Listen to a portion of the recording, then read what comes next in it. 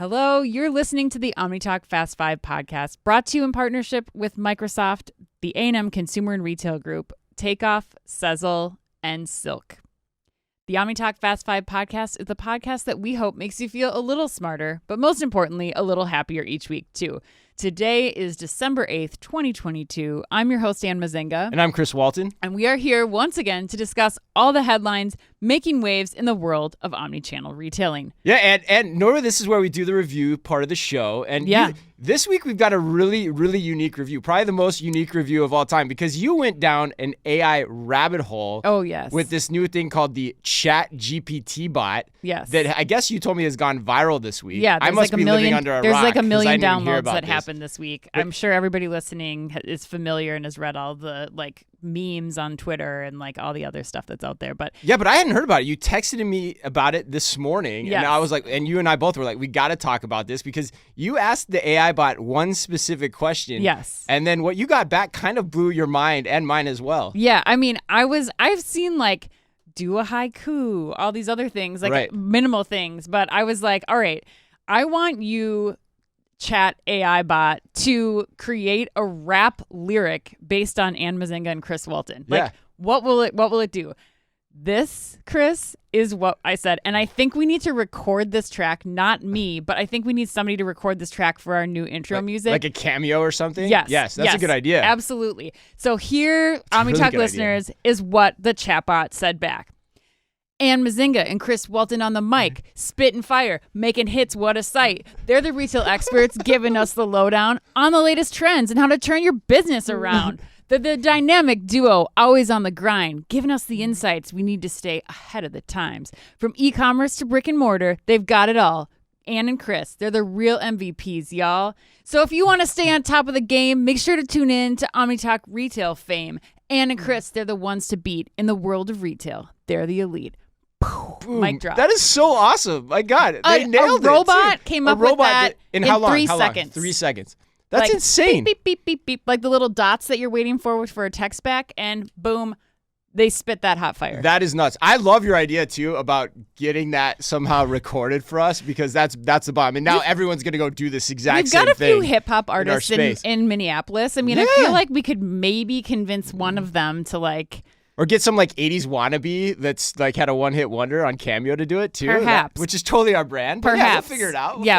We'll work it out. We'll figure it out. Stay tuned. You have any ideas or you have anything else we should look up? Do yourself a favor this weekend or for the holidays. Can you imagine what a fun party trick this is going to be for the holidays? I love it. You know what else happened to me real quick? Real fun story, because we're last shows of the year. We're coming in the home stretch. We put the video of our Target Starbucks pickup experience on YouTube this week, and it was really fascinating because one person in social media commented, "Oh my God, I'm in the exact parking stall watching your video as I'm trying to get my Target pickup order." That is the most meta thing that's ever happened to me in my life. Yeah, it was crazy. Yeah. It was nuts. nuts. My God. So shout out to that person. And who was it, Chris? It was Michelle Malashak, former colleague at Target. Shout out to Michelle. It was great. It's such a cool experience. That's just something that just doesn't happen. So I wanted to talk about it. Michelle, you are the Leo DiCaprio of our OmniTalk Retail Inception right now. We love it so much. Keep it coming. Keep bringing it. And keep writing us those reviews. We love it. We love reading them. It makes us feel so good each and every week. All right, Ann, let's get to the headlines today. Let's do it. All right, today's Fast 5 headlines are brought to you with the help and support of Manifest. Manifest, the Who's Who's conference in supply chain, is January 31st to February 2nd in Las Vegas.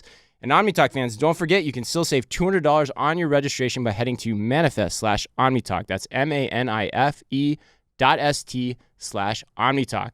In today's Fast 5, we've got news on Macy's launching Fit Matches mobile fit technology in 10 stores.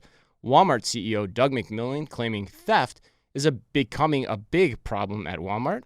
The Houston Galleria Mall partnering with a company called Dropit so that you never have to carry another shopping bag with you while you shop at the mall. McDonald's new test store concept that puts mobile order ahead, front and center of its design. But first, we take off with what could be, emphasis on could be, big news out of Amazon this week. And what are your thoughts? What is the headline? Yes. All right. Headline number one, Chris. According to Progressive Grocer, Community Groceries out of Kansas City has recently agreed to license both Amazon's Just Walkout technology along with the Amazon One Palm payment system. The store is set to open on December 16th next week and marks the first time any U.S. grocer has licensed either one of the two technologies from Amazon. Chris. Yes. It's big news. I mean, I thought so. You think it's big news? Yeah. I think it's potentially big news. I still think it's important. It registers on the Richter scale. Okay. Of the evolution of checkout free retailing by way of just Walkout or computer vision technology. But I think you have to ask two questions first to understand how big it is. Yep. One, how big is the store? Mm-hmm. And two, was the store a retrofit or was it like a faux new build or something like that, right? Even like a new build versus a faux new build. Like, did they shut it down? So according to Retail Dive, it sounds like the store existed previously and was closed with plans to reopen on the 16th. Yep. And my sources have confirmed that that's exactly what happened. Okay. So the bigger question to me is, how big is this store? Yes. Actually. Now, my sources tell me that the store is about 2,000 square feet as well. So roughly that's the size of a quick trip convenience style operation where Amazon is already licensing this tech as well. So to me, the announcement isn't as big when you put that lens on it. Yeah, that was missing from the headline. Yeah, it's not as big as like say, but if this is like it's the first step, right, of going 10,000 square feet plus, right, and doing a retrofit like we know some of the other providers are able to do in the marketplace. That's what I still want to see from Amazon. That's what's missing relative to some of the competitors in this space. So it's important. It's the first grocer to sign up, but I'm not going to get carried away with this as some of the headlines were having me try to do. Yeah, I completely agree. I think that those are all very smart and important points to be looking for, like any of these stories. Like we say this every time a Just Walk Out technology or a cashierless checkout technology store launches. Like those are the key things you have to look at. How long did the store have to shut down for if it did? If it was a retrofit, like what are the implications of installing that? I think that this could be a win-win for some of these smaller grocers. 100%. I think that Amazon's technology is tried and true. It's going to be easy to plug in. You have the backing of Amazon. I think it's kind of like comparable to like the days of Amazon just bringing small businesses onto their e-commerce site, where they make it relatively easy to offer this, and you have a lot of these small town grocers who are plagued with labor issues more so than others, operating hours. Like they need support to help and run their business. And this makes it really easy for them to do. Also, like if you're a small town grocer or convenience store provider, like you're not going out and sourcing like who has the best checkout free technology. Like you have to spend every day. Like these are mom and pop businesses. You're spending every day trying to figure out just how to keep the store open. So I think that, like it or not, Amazon is an easy option for them to go with. They don't have to do like an RFP process or be an expert in this area. It's like plug and play. We can do it. We're seeing some other retailers too start to do this. Aisle 24 in Canada, Kathleen Douglas Miranda and I were talking about this from Grocery Dive.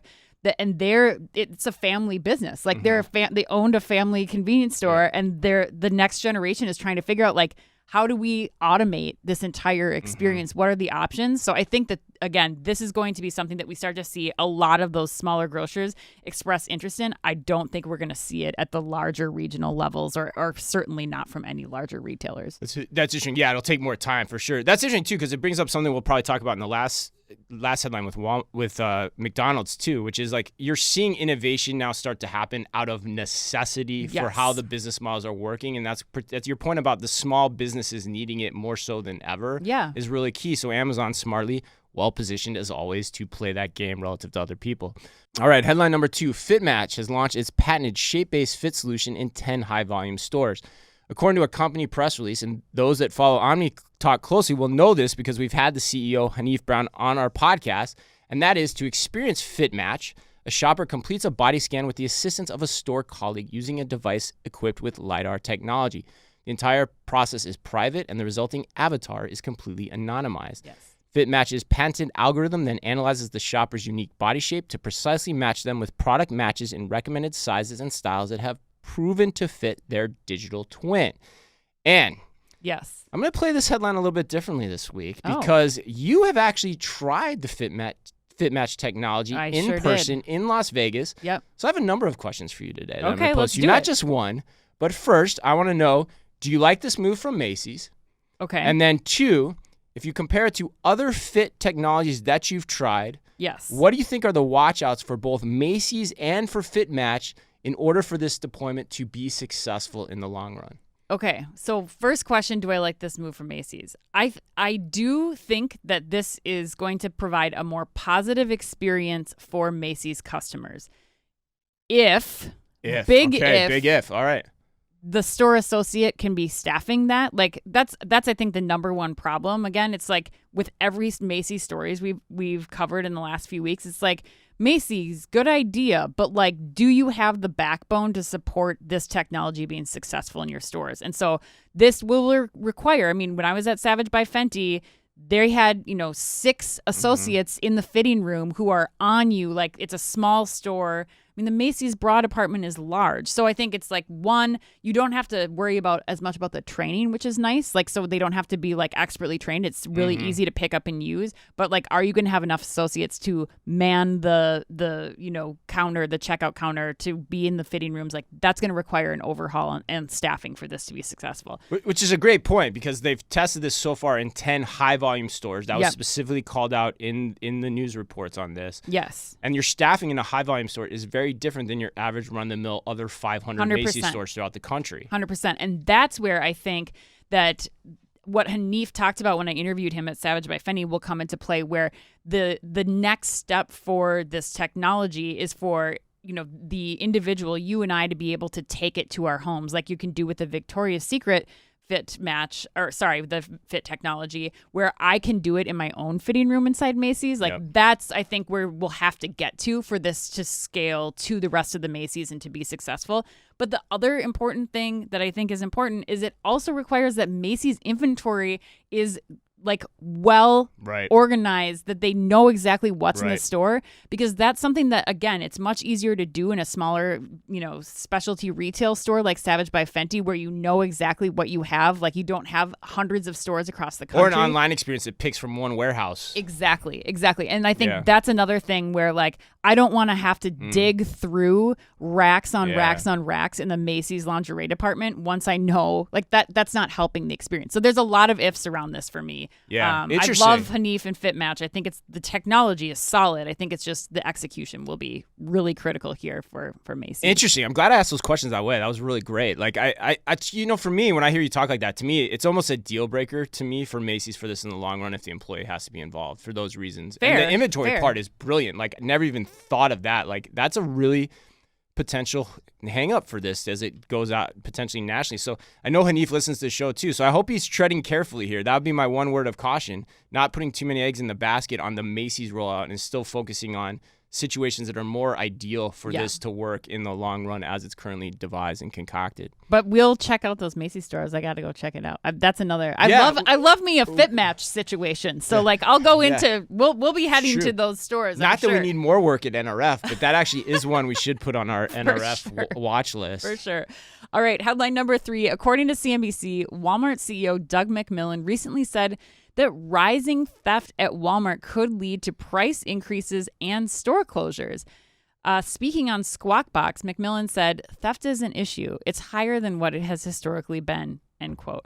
McMillon's remarks also came on the heels of Target reporting last month that shoplifting has jumped about 50% year over year, leading to more than $400 million in losses in just this fiscal year alone. Chris, this is also A&M's Put You on the Spot question. Ooh. Going to you again for the second week in a row. Good pick. They want to know, they say it's interesting, though perhaps not surprising given tighter consumer wallets nowadays, that we're seeing retailers use theft as a key driver of economic performance. Other than increased law enforcement, what do you see, which is what Doug McMillon said in the interview multiple times, we partner with local law enforcement.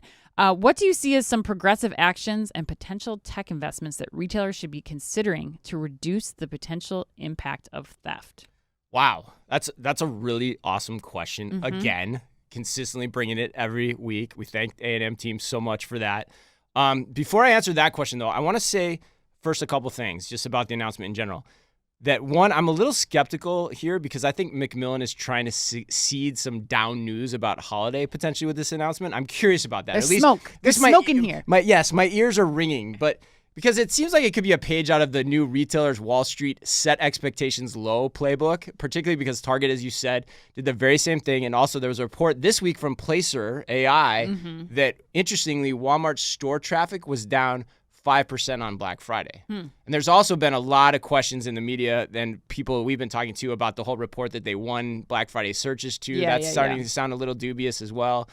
And so for me, the question I have is, what is actually driving the theft? Is it smash and grabs, Ann? Is it more self-checkout activity, which is more prone to like theft, which could be intentional theft or non-intentional theft? Yep. You know, we just don't know. So without more detail, to me, it's kind of careless to make statements like this, in my opinion. So is theft a growing issue? Probably, sure. But is it a reason to raise prices and close stores across full-size Walmarts? Yeah. I kind of doubt that. I'm guessing that you do too. So back to the question then. Yeah. All right. What do you think about A&M's question? So back to the question. What would I do about it? If I believe all the smoke and mirrors here and I say, okay, what am I going to do about it? Here's what I do. Number one, I'm a big believer in controlled entry and exit points. Yep. The cost and the math it would take, and I did it this morning, to staff 1 or 2 people at the entrances of, say, a Target or a Walmart during peak hours would be worth it if you believe the numbers being thrown around, like $400 million. Incremental. That's incremental dollars, right? Say nothing to the fact that I think it could lead to better consumer experiences down the road via scan and go checkout situations. Yeah. So I asked the question, like, why can't every Target or Walmart be designed like a Costco's or Sam's at entry and exit? Totally Especially agree. if already Walmart has Walmart Plus starting to come into play. Is that really a reason for me to shop somewhere else because I have a controlled entry and exit point? I think it's worth the thought exercise. Like, how much does that experience change your opinion of a Walmart or a Target? I mean, Walmart had greeters for years. I agree. I don't think it changes mine. I mean, at all. Costco's not having any issue. Right. Sam's Club's not having any issue. Like, what could you possibly have a problem with at that? Like, maybe I guess there's the longer distance to an entrance or exit or parking or something, but. I mean, you have to wait to get out, I guess, but like, come on. I mean, I think it's worth experimenting, especially if you have a store in an area where this is an issue. Yes. And then the second thing I'd say is computer vision. Yep.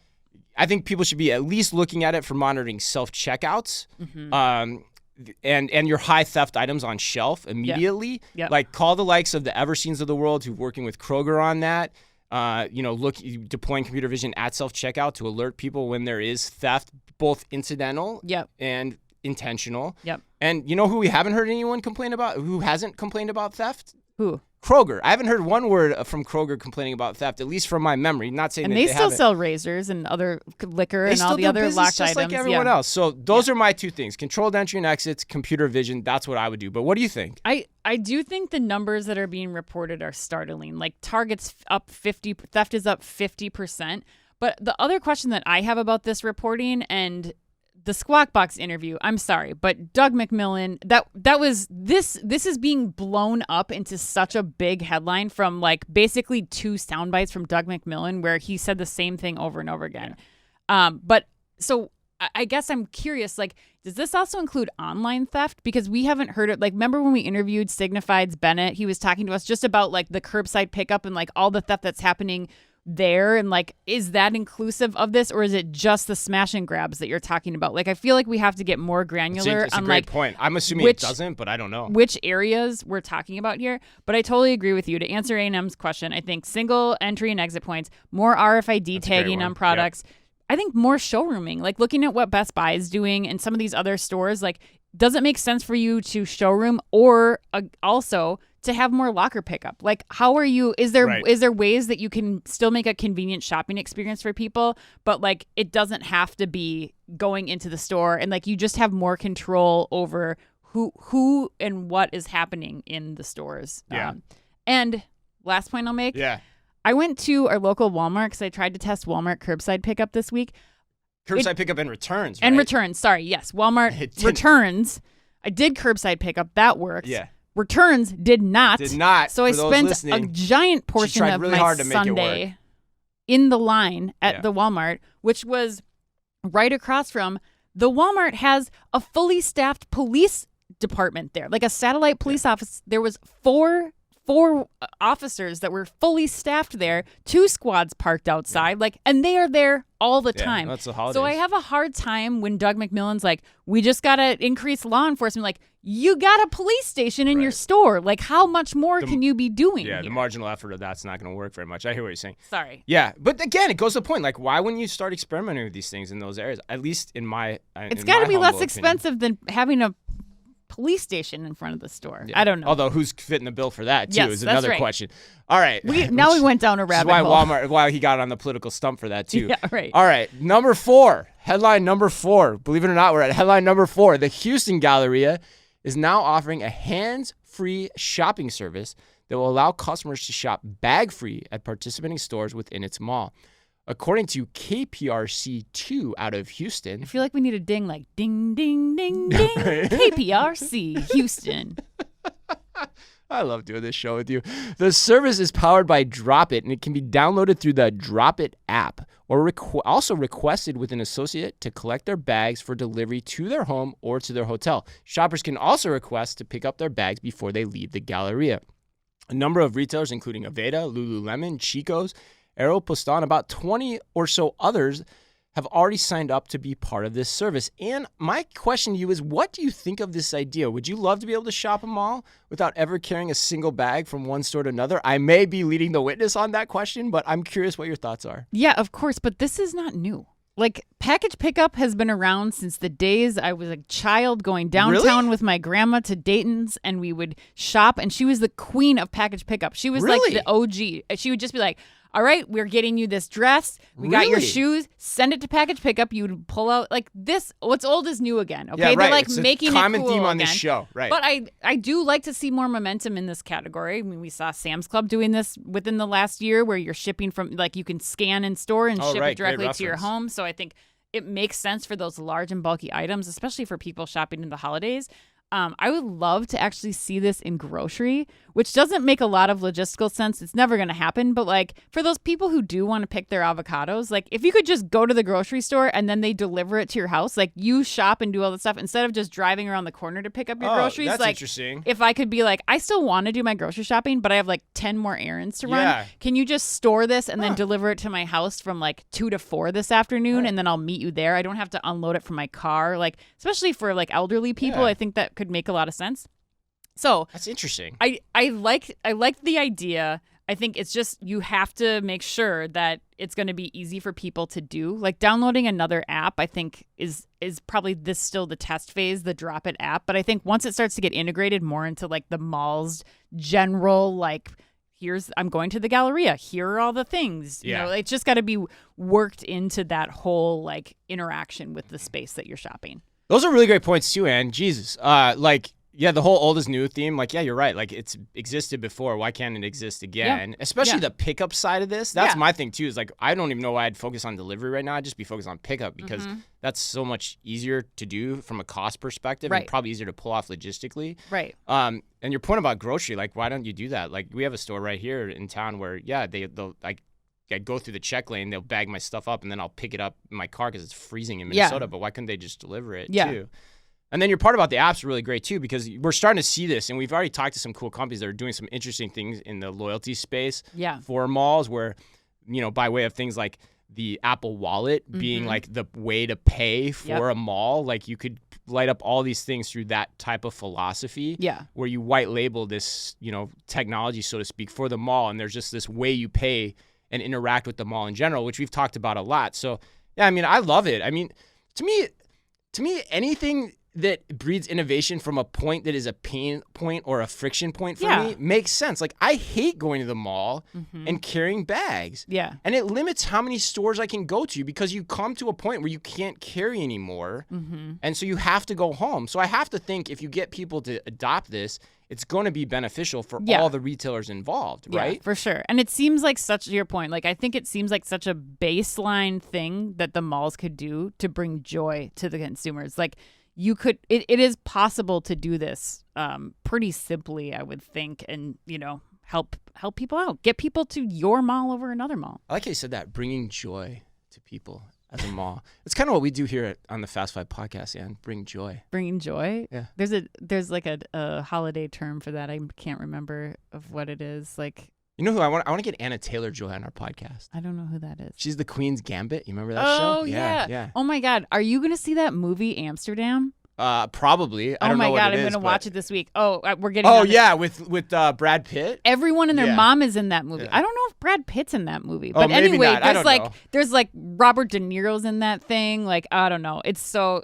what's the girl? Oh my God, we're going down a rabbit hole. Yeah, Forget it. Go check out Amsterdam. I'm going to watch it this weekend. We can catch up. I'm Let's looking go to into headline it. number 5. We'll bring it up again. Yeah, Margot Robbie. That's what I was thinking of. Okay, headline number 5. McDonald's is testing a new drive-through concept in Texas, Chris. According to Restaurant Business, we're going to have to go back down to Dallas-Fort Worth area. I know, right? Everything's in Dallas. I told know. that to somebody yesterday. The centerpiece of the new McDonald's store concept is a conveyor system that delivers food to a mobile order-ahead lane. The concept store also includes a pickup shelf for customers who want to come in and get their takeout orders, designated spaces in and out of the restaurant for delivery drivers, and self-order kiosks that accept both cash and credit. And of course, Chris, it still has the old-fashioned, one-of-a-kind drive-through lane also. Chris, what do you think about this new McDonald's? Are you going to be, like, hitting up the Golden Arches in textile now? Or what's going on? Well, for those wondering, before I answer that question, it's a David O. Russell movie, and it stars Christian Bale, not Brad Pitt. Sorry. But so to answer your question, well, and for this story, I had a big aha this week. Okay. Honestly, I think concepts like this are going to make more and more sense. We've talked about them a lot on the show already. And because many of these operations, particularly the quick serve restaurants, and I would lump grocers into this. This is why I thought your point in the beginning was right on, because they have to innovate. Macroeconomic challenges around staffing and wage inflation are so high right now that they're not going to leave outs for the business model, especially if you're trying to give people e-commerce-like options, which are more expensive. Yep. So companies like McDonald's and others need and have to make these concepts work. They aren't just flash in the pan ideas anymore from the innovation teams that sit off the side and just play with and experiment with stuff. Sorry for the S drop, loyal listeners. Cover your ears, earmuffs. They're designed to have real operational benefits here, and I think that's important. So net, I love it, and I hope we start to see more of it because I think consumers will gravitate towards it to them over time. You just have to keep doing it. Yeah, I mean, Ricardo Belmar posted on this, and I was thinking the exact same thing too. But I don't know about you, but I've been surprised by how long the drive-through lines are. They've been astronomical the last couple of years.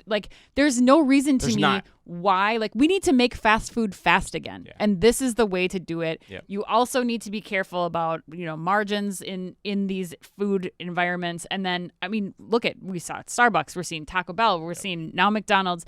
The more automation I am convinced in this area, the better. The more you can put automation in and then focus on who's handing off the bags, who's expo people who are getting the right things to the right people to make it a positive experience. I also don't think that, we're seeing a lot of are you going to build a mobile first store or are you going to build a dine-in store? McDonald's trying to make this decision. I wonder if in the long run, do you have to do one or the other? No. Could you just have a very small satellite in the parking lot that's doing the mobile orders, and then you have a separate?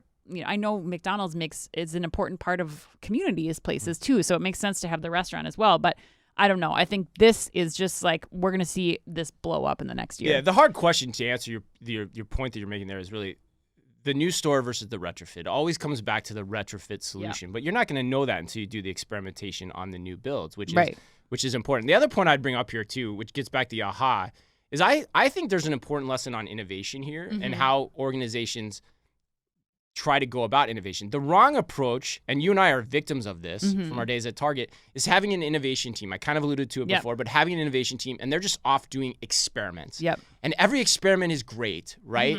But it's not. And the key is actually the right approach is to devote your innovation to the problems that you need to solve and organizing your resources around them. So, like we've talked about on the show, theft. How are you going to solve the theft problem? How are you going to solve rising wage rates? How are you going to solve staffing issues? You can get a hell of a lot of innovation that actually works in the long run when you devote your resources that way and you create tiger teams like that to solve those problems. So that's my soapbox here to close out the show. Yeah, I agree, Chris. Great point. All right, let's move to the lightning round, Chris. Question number 1 for you. Yes. Which is larger? Okay, where's this going? The Memphis Pyramid, which is home to Bass Pro Shop's largest store, hotel, indoor swamp, that's right, I said indoor swamp, and bowling alley, or the Luxor Hotel, current home and future mausoleum of Carrot Top.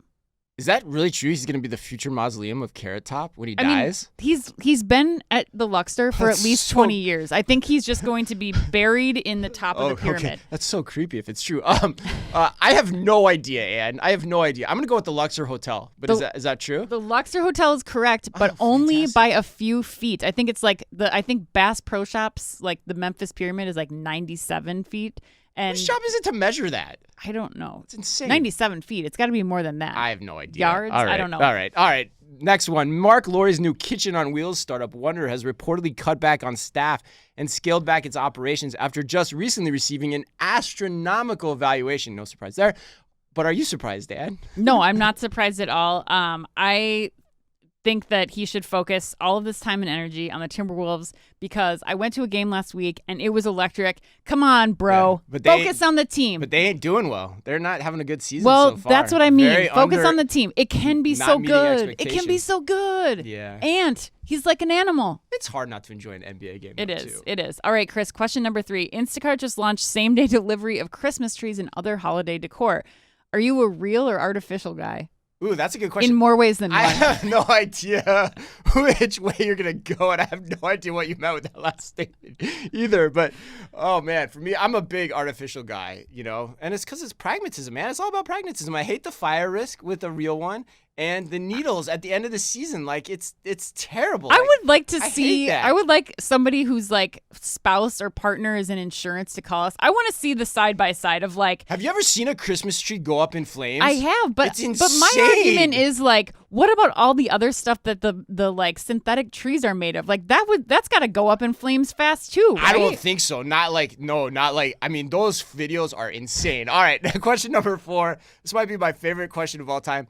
Pantone recently announced its 2023 color of the year. I love it. Viva Magenta. Mm-hmm. And what is your favorite word to place Viva in front of? Oh, this was an easy one. Really? The answer is Viva Knievel. By far the best cover band on the planet, based out of Minneapolis. Look them up online. If you are ever here, go see a Viva Knievel show. They bang. They bang. They bang. They bang. Well, this has been a banger podcast, to say the least. All right, that wraps us up. Happy birthday today to Kim Basinger, Sinead O'Connor, and the woman who I will never forget how much my jaw dropped the first time I saw her make a guest appearance on Night Court, Ann, the great Terry Hatcher. Oh my God, I forgot about Night Court. God. All right, and remember, if you can only read or listen to one retail blog in the business, make it OmniTalk. Our Fast 5 podcast is the quickest, fastest rundown of all the week's top news, and our twice-weekly newsletter tells you the top 5 things you need to know each day, and also features special content exclusive to us and just for you. And we try really hard to make it all fit within the preview pane of your inbox. You can sign up today at www.omnitalk.blog. Thanks as always for listening in. Please remember to like and leave us a review wherever you happen to listen to your podcast or on YouTube. And so with all that, on behalf of all of us at OmniTalk, as always, be careful out there. The OmniTalk Fast 5 is a Microsoft-sponsored podcast. Microsoft Cloud for Retail connects your customers, your people, and your data across the shopper journey, delivering personalized experiences and operational excellence.